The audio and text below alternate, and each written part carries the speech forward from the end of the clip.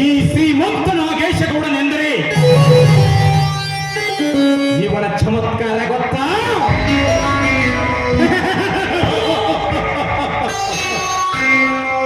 ಲೇ ಮಾಂತೇಶ ಮಹೇಶ,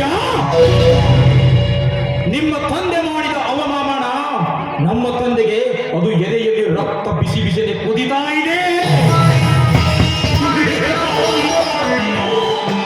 ಅದು ಇವತ್ತು ನಂದಿಸಬೇಕಾದರೆ ನಿಮ್ಮ ಮೇಲೆ ಸೇಡು ತೀರಿಸಿಕೊಂಡಾಗಲೇ ಆತ್ಮಕ್ಕೆ ಶಾಂತಿ.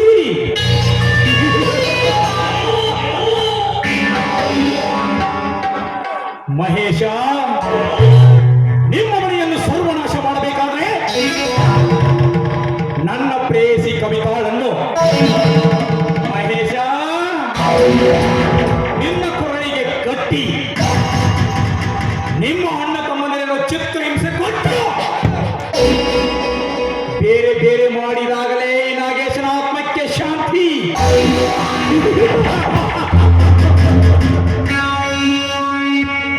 ಮಹೇಶ,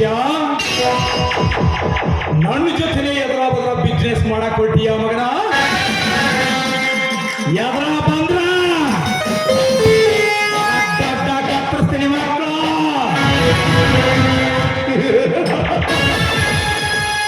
ಬೆರಳಲ್ಲಿ ಬೆರಳಿಟ್ಟು ಆಡಿಸ್ತಾನೆ ಇರ್ತೀನಿ. ಒಂದೊಂದು ದಿನ, ಒಂದೊಂದು ಕ್ಷಣ, ಒಂದೊಂದು ನಿಮಿಷ ಆಡಿಸ್ತಾನೆ ಇರ್ತೀನಿ. ಅಂದಂಗೆ ಕವಿತಾ ದೇವರ ಗುಡಿಗೆ ಹೋಗಿ ಬರುತ್ತೇನೆ ಎಂದವಳು ಇನ್ನೂ ಏಕೆ ಬರಲಿಲ್ಲ? ಅವಳಿಗೋಸ್ಕರ ನನ್ನ ಮನಸ್ಸು ಹಾತೂರಿ ಕಾಯುತ್ತಾ ಇದೆ.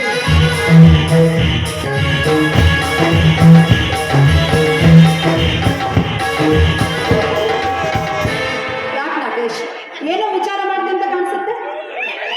ಬಾ ಕವಿತಾ, ಬಾ. ನಿನ್ನ ದಾರಿಯನ್ನೇ ಕಾಯ್ತಾ ಇದ್ದೆ. ಕವಿತಾ, ನಿನಗೊಂದು ಮಹತ್ವದ ವಿಷಯವನ್ನು ಹೇಳಬೇಕು ಅನ್ಕೊಂಡಿರುವೆ. ಹೇಳಲೇ? ಆ ಮಹತ್ವದ ವಿಷಯ ಏನು ಅಂತ ಹೇಳು. ಅಂದಂಗೆ ನಾನು ನಿನಗೆ ಏನಾಗಬೇಕು? ನೀನು ನನಗೆ ಪ್ರಿಯಕರನಾಗಬೇಕು, ಮುಂದೆ ಗಂಡನಾಗೋಣ. ಈ ಪ್ರೇಕನ ಮಾತು ಮೀರುವುದಿಲ್ಲ ತಾನೆ? ನೋಡು ನಾಗೇಶ, ಪ್ರಿಯಕರನ ಮಾತು ಮೀರಿ ನಡೆದವಳು ಅವಳು ಹೆಣ್ಣೆ ಅಲ್ಲ, ಅವಳೊಬ್ಬಳು ನರ ರಾಕ್ಷಸಿ. ಹೋಗ್ಬಿಡು, ಅದು ಯಾವ ಮಹತ್ವವಾದ ವಿಷಯ ಅಂತ ಹೇಳು. ನೋಡು ಕವಿತಾ, ನನ್ನ ಗೆಳೆಯನೊಬ್ಬನಿದ್ದಾನೆ ಮಹೇಶ್ ಅಂತ. ಅವರು ನನ್ನ ಬಿಸ್ನೆಸ್ಗೆ ಕಾಡ್ತಾ ಇದ್ದಾರೆ. ನನ್ನ ಎದೆಯಲ್ಲಿ ಬೆಂಕಿ ಹತ್ತಿ ಉಳಿತಾ ಇದೆ. ಉಳಿಯುತ್ತಿರುವ ಬೆಂಕಿಗೆ ನೀನು ನೀರು ಎರಚಿ ಆರಿಸಬೇಕು. ಇದು ನಿನ್ನ ಕೆಲಸ. ಇದೇನು ಹೇಳ್ತಾ ಇದೀಯ ನಾಗೇಶ? ನಿನ್ನನ್ನೇ ನಂಬಿ ಬಂದವಳು ನಾನು, ಈಗ ಬೇರೆಯವರು ಮನೆ ಸೇರು ಅಂತ ಹೇಳ್ತಾ ಇದೀಯಾ? ನಿನಗಂತ ದೇಹ ಇರಬೇಕಾದ ಈ ದೇಹ ಬೇರೆಯವರಿಗೆ ಅರ್ಪಿಸು ಅಂತ ಹೇಳ್ತಾ ಇದೀಯಾ?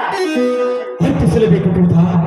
ಮತ್ತೊಬ್ಬರಿಗೆ ಮಗದೊಬ್ಬರಿಗೆ ಎಂದು ಮೆಲುಕು ಹಾಕಿದರೆ ಕೊಳಚಿ ಬೀಳುವುದು ನಿನ್ನ ಆಶಾ. ಕವಿತಾ, ನೀನು ಮದುವೆಯಾಗುವುದು ಬರೀ ಹೆಸರಿಗೆ ಮಾತ್ರ. ನೋಡು, ನನಗೆ ನೀನು ಮದುವೆಯಾಗುತ್ತೇನೆ ಎಂದು ವಚನ ಕೊಡು ಮೊದಲು. ಆಯ್ತು ನಾಗೇಶ, ನೀ ಹೇಳ್ದಂತ ಕೇಳು.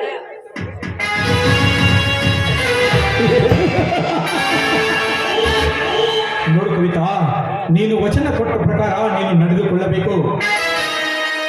ನೋಡು ಕವಿತಾ, ನೀನು ಮದುವೆ ಆದ್ಮೇಲೆ ನಿನ್ನ ನಾನು ಬಿಟ್ಟಿರಂಗಿಲ್ಲ.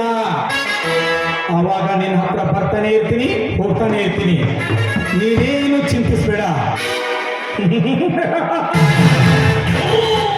ಇದಕ್ಕೆ ಒಪ್ಪಿದರೆ ಸರಿ, ಇಲ್ಲ ನಿನ್ನ ದಾರಿ ನಿನಗೆ, ನನ್ನ ದಾರಿ ನನಗೆ.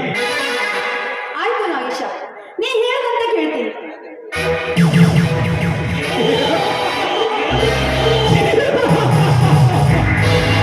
ಕವಿತಾ, ಇವಾಗ ನನಗೆ ಸಂತೋಷವಾಯಿತು ನೋಡಿ.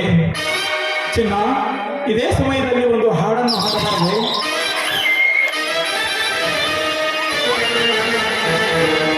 ಓ ಪ್ರೀತಿಯೇ